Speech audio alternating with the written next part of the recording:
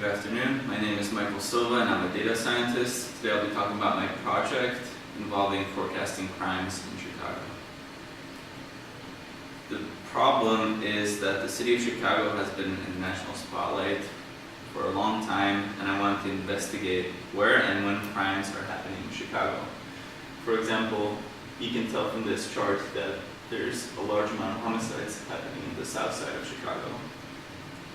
The objective of my project was to develop a model that predicts the frequency of crimes on an hourly basis, and to do this for each district in Chicago and to get these predictions for various time features.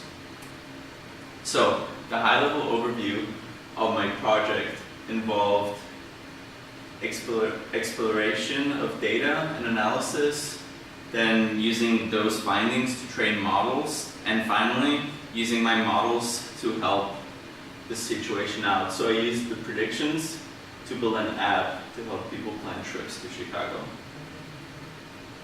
So the data collection part.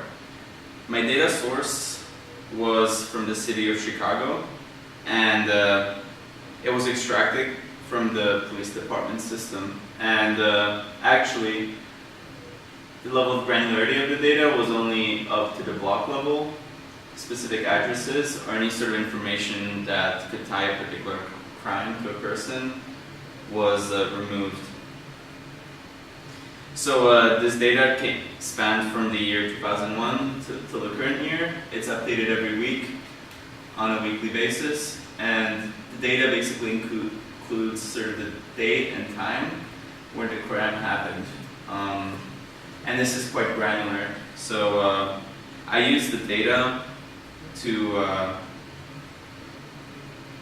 I use this data and I looked at the types of crimes that were involved. So I plotted a histogram, and as you can see, there's only enough data density for the top 10 most frequent crimes. So those are the ones that I worked with.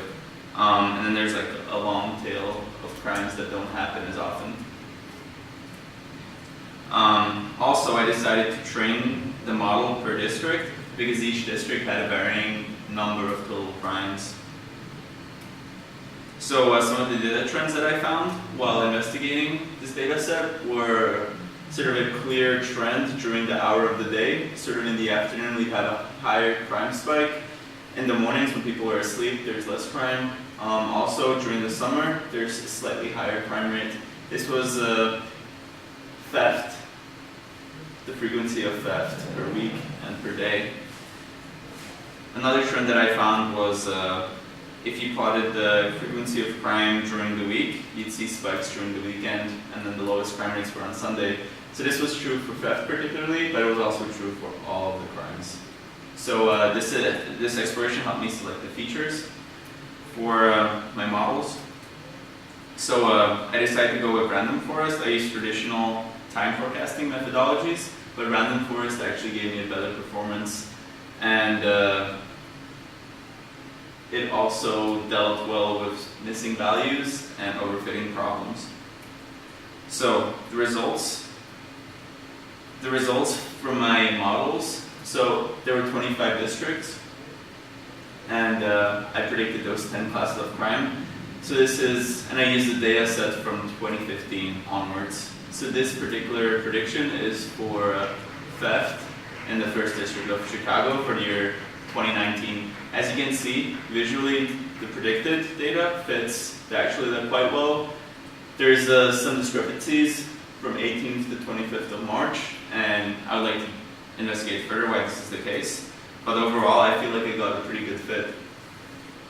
So now I'll give a demo of the application that I built using my models.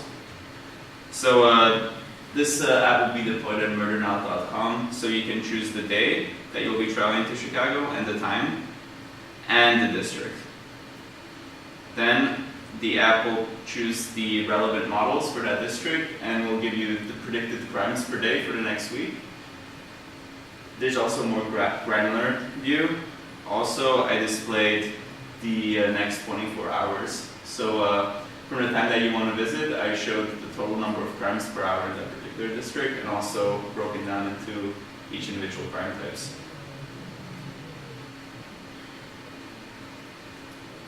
So the libraries that I used were the traditional data science stack. For my web app, I used Flask on the back end and Vue on the front end.